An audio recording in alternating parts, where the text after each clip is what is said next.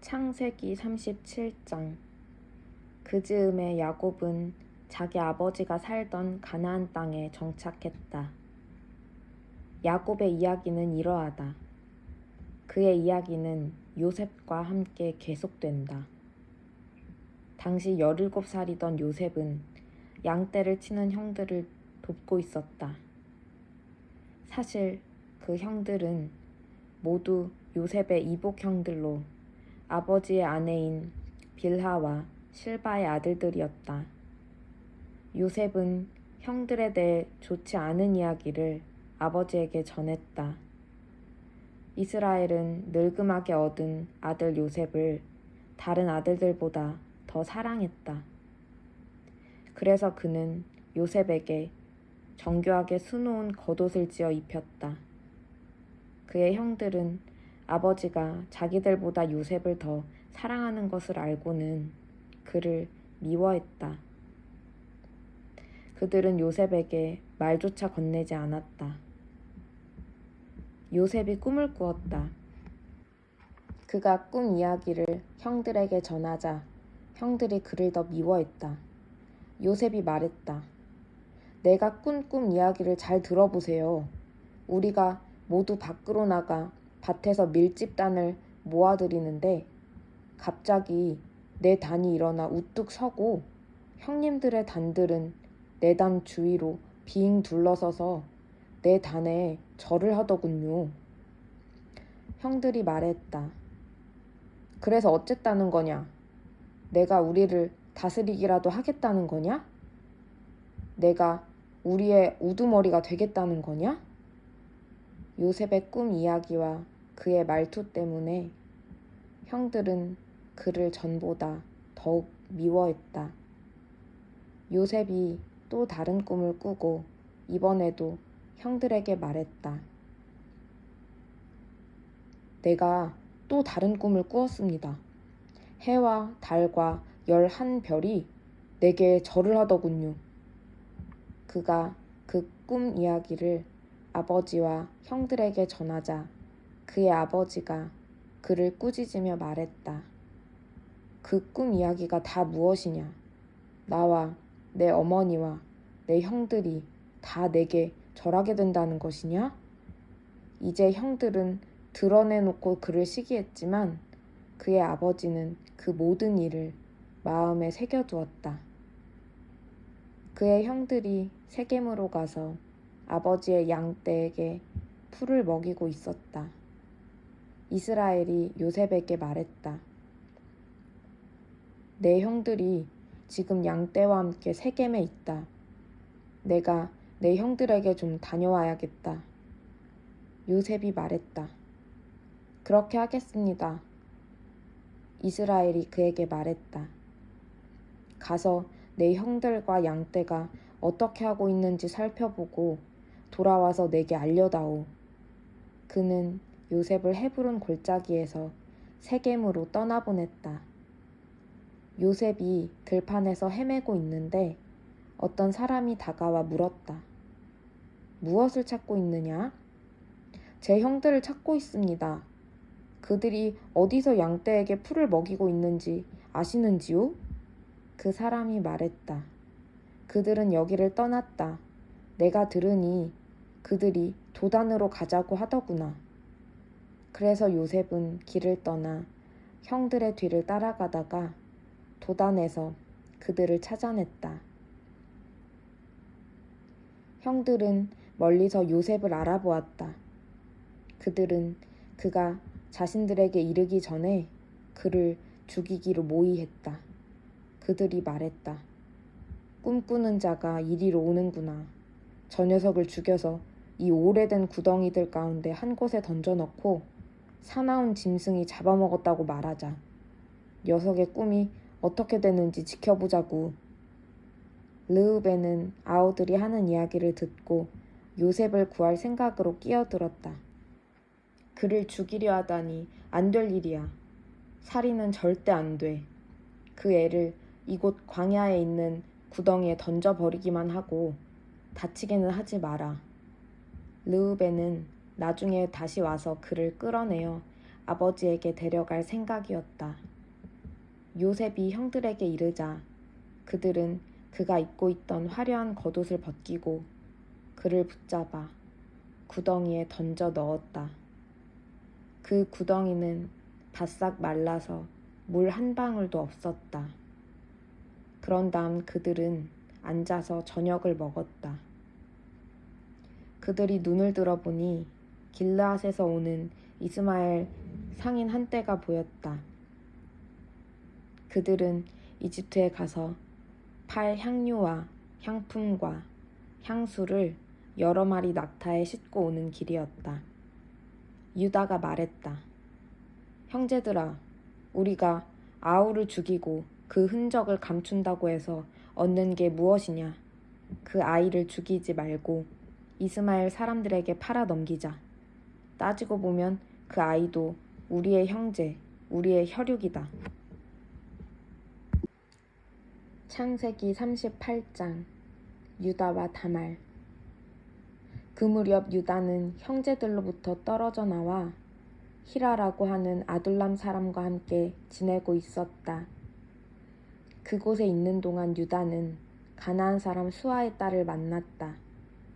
유다가 그녀와 결혼하여 잠자리를 같이 하니 그녀가 임신하여 아들을 낳고 아이의 이름을 엘이라고 했다. 그녀가 다시 임신하여 아들을 낳고 아이의 이름을 오난이라고 했다. 그녀가 또다시 아들을 낳고 아이의 이름을 셀라라고 했다. 셀라를 낳았을 때 그들 부부는 거십에 살고 있었다. 유다가 맏아들 엘에게 아내를 얻어주었다. 그녀의 이름은 다말이었다. 그러나 유다의 맏아들 엘이 하나님께 심히 악한 죄를 지어 하나님께서 그의 목숨을 거두어 가셨다. 유다가 오난에게 말했다. 가서 남편을 잃은 내 형수와 잠자리를 같이 하도록 하여라. 내 형의 혈통이 끊어지지 않게 하는 것이 동생인 내가 해야 할 도리다. 하지만 오난은 아이를 낳아도 자기 아이가 되지 못할 것을 알고 형수와 잠자리를 같이 할 때마다 형의 아이를 낳지 않으려고 정액을 바닥에 쏟았다. 그가 한 짓은 하나님을 크게 거스르는 일이었다. 하나님께서 그의 목숨도 거두어 가셨다. 그러자 유다는 며느리 다말을 찾아가서 말했다. 내 아들 셀라가 다 자랄 때까지 내 아버지 집에서 과부로 지내고 있거라. 그는 셀라마저 형들처럼 죽게 될까 걱정했던 것이다. 그리하여 다말은 자기 아버지 집으로 가서 살았다. 시간이 흘러 유다의 아내 곧 수아의 딸이 죽었다. 애도 기간이 끝나자 유다는 아둘람 사람인 친구 히라와 함께 양떼의 털을 깎으러 딥나로 갔다. 다말은 내 시아버지가 양떼의 털을 깎으러 딥나로 갔다는 소식을 전해 들었다. 그녀는 과부의 옷을 벗고 너울로 얼굴을 가려 남이 알아보지 못하게 한 다음 딥나로 가는 길에 있는 에나임 입구에 앉아 있었다. 그녀는 셀라가 다 자랐는데도 유다가 자기를 그와 결혼시키려 하지 않는다는 것을 알고 있었다. 유다는 너울로 얼굴을 가리고 있는 그녀를 보고는 창녀라고 생각했다. 그는 길가에 있는 그녀에게 다가가 말했다. 오늘 밤 함께 보내자. 유다는 그녀가 자기 며느리인 줄을 전혀 알지 못했다. 그녀가 말했다. 그 값으로 내게 무엇을 주겠습니까? 유다가 말했다. 내 가축대에서 새끼 염소 한 마리를 보내겠다. 그녀가 말했다. 그것을 보낼 때까지 내게 담보물을 맡기면 그렇게 하겠습니다. 담보물로 원하는 게 뭐냐? 그녀가 대답했다. 어르신이 갖고 있는 줄 달린 도장과 지팡이를 주십시오. 유다는 그것들을 다말에게 건네고 잠자리를 같이 했다. 그녀가 임신하게 되었다. 그녀는 그곳을 떠나 집으로 돌아가서 너울을 벗고 과부의 옷을 다시 입었다. 유다는 친구인 아둘람 사람 편에 새끼 염소를 보내며 그 여자에게서 담보물을 찾아오게 했다. 그러나 그 친구는 그녀를 찾지 못했다. 그래서 그곳 사람들에게 물었다. 이곳 에나임 근처 길가에 앉아있던 창녀는 어디로 갔습니까? 그들이 말했다. 여기에는 창녀가 없답니다. 그가 유다에게로 돌아와서 말했다. 그 여자를 찾을 수 없었네. 그곳 사람들이 거기에는 창녀가 없다고 하더군. 유다가 말했다. 담보물을 가질 테면 가지라지. 우리가 계속 찾아다니면 다들 우리를 보고 손가락질 할 것이네. 곧 이어 그 아이의 형이 손에 붉은 실을 감고 나오니 아이의 이름을 세라라고 했다. 창세기 39장. 이집트로 팔려간 요셉. 이스마엘 사람들이 요셉을 이집트로 끌고 가자 바로의 신하로 왕실 일을 도맡아 관리하고 있던 이집트 사람 보디발이 그들에게서 요셉을 샀다. 하나님께서 요셉과 함께 하셨으므로 그가 하는 일이 다 잘 되었다. 그는 자기 주인인 이집트 사람의 집에서 지내게 되었다. 그의 주인은 하나님께서 요셉과 함께 하시면서 요셉이 하는 일마다 잘 되게 해주시는 것을 알았다. 그는 요셉이 몹시 마음에 들어 그에게 자신의 시중을 들게 했다. 그는 자신의 개인적인 일들을 요셉에게 맡기고 모든 재산을 관리하게 했다. 그때부터 하나님께서 요셉으로 인해 그 이집트 사람의 집에 복을 주셨다. 그의 집에 있는 것이든 밭에 있는 것이든 그가 소유한 모든 것에 하나님의 복이 두루 미쳤다. 보디발은 하루 세끼 밥 먹는 일만 신경 쓰면 되었다.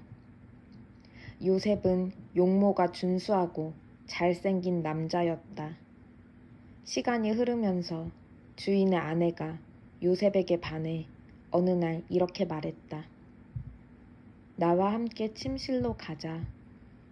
요셉은 그렇게 하지 않았다. 그는 주인의 아내에게 말했다. 보십시오. 주인께서는 모든 소유를 제게 맡기시고 집안일에 대해서는 일절 신경 쓰지 않으십니다. 그분은 저를 동등한 사람으로 대해주셨습니다. 다만 그분께서 제게 맡기지 않으신 것이 있는데 바로 당신입니다. 당신은 주인님의 아내이기 때문입니다. 그런데 제가 어떻게 그분의 신뢰를 저버리고 하나님께 죄를 짓겠습니까? 그녀가 하루도 빠지지 않고 날마다 졸라댔지만 요셉은 뜻을 굽히지 않았다. 그녀와 같이 자기를 거절한 것이다. 그러던 어느 날 요셉이 일을 보러 집으로 들어갔는데 그날따라 집안의 종들이 아무도 없었다. 그녀가 그의 겉옷을 붙잡고 말했다. 나와 함께 침실로 가자. 요셉은 그녀의 손에 겉옷을 버려두고 집 밖으로 뛰쳐나갔다. 그녀는 그가 겉옷을 자기 손에 버려두고 뛰쳐나간 것을 알고는 종들을 불러 말했다. 이것 좀 봐라. 저 히브리 놈이 본색을 드러내서 너희 모르게 나를 유혹하려 하는구나. 저놈이 나를 욕보이려 해서 내가 크게 소리를 질렀더니 내 고함과 비명소리를 듣고는 이렇게 겉옷을 내 손에 버려두고 밖으로 도망쳤다. 그녀는 자기 주인이 집에 돌아올 때까지 요셉의 겉옷을 가지고 있다가 그에게 같은 이야기를 들려주었다. 당신이 데려온 히브리 놈이 내 뒤를 쫓아와서 나를 희롱하려고 하지 뭐예요? 내가 소리치고 비명을 질렀더니 이렇게 자기 겉옷을 내 손에 버려두고 밖으로 도망쳤답니다.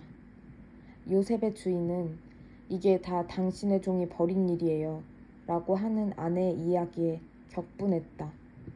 그는 요셉을 붙잡아 왕의 죄수들을 가두는 감옥에 쳐넣었다. 그러나 하나님께서는 그곳 감옥에서도 여전히 요셉과 함께 하셨고 요셉에게 인자를 베푸셔서 간수장과 가까운 사이가 되게 하셨다. 간수장은 요셉에게 모든 죄수를 맡겼고 요셉은 모든 일을 잘 처리했다. 간수장은 요셉에게 자유를 주고 전혀 간섭하지 않았다. 하나님께서 요셉과 함께 하시면서 그가 하는 일마다 최선의 결과를 낳게 해주셨기 때문이다.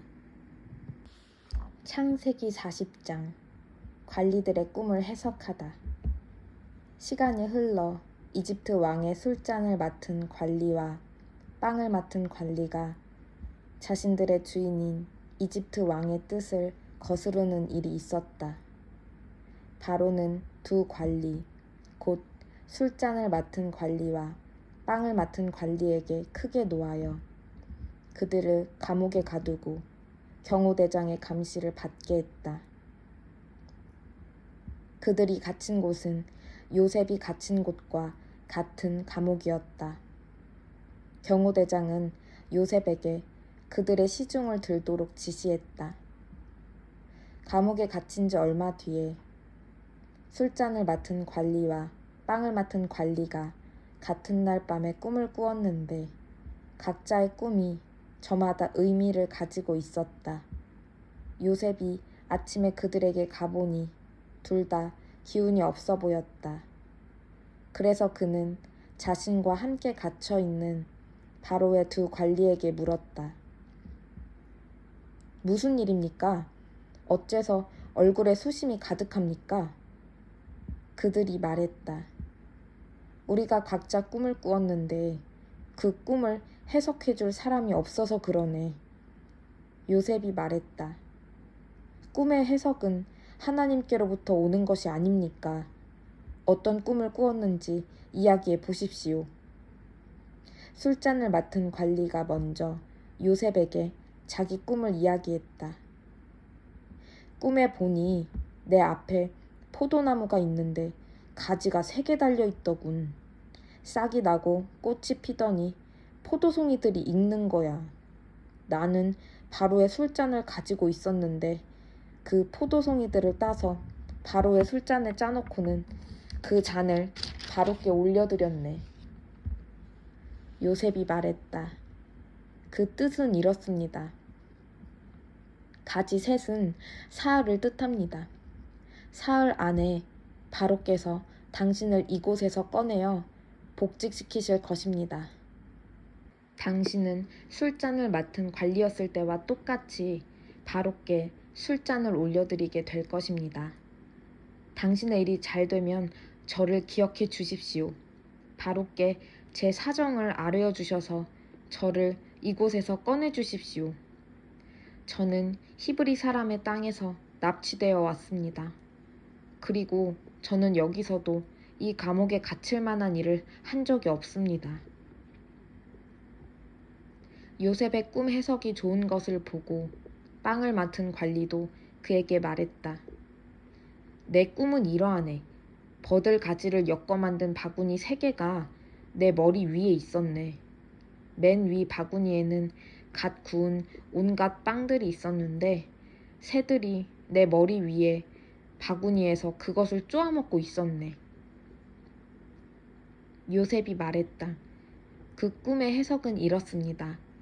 바구니 셋은 사흘을 뜻합니다. 사흘 안에 바로께서 당신의 머리를 베고 당신의 몸을 기둥에 매달 텐데 그러면 새들이 와서 당신의 뼈가 드러날 때까지 모조리 쪼아먹을 것입니다. 사흘째 되는 날, 그날은 바로의 생일이었다. 바로는 모든 신하를 위해 잔치를 베풀고 술잔을 맡은 관리와 빵을 맡은 관리를 모든 신하가 볼 수 있도록 영광의 자리에 나란히 세웠다. 그런 다음 술잔을 맡은 관리를 본래의 직위에 복직시켰다. 그 관리는 전과 똑같이 바로에게 술잔을 따라 올렸다. 하지만 빵을 맡은 관리는 요셉이 해석한 대로 기둥에 매달게 했다. 그러나 술잔을 맡은 관리는 요셉에게 신경 쓰지 않았다. 요셉의 처지를 까맣게 잊고 만 것이다.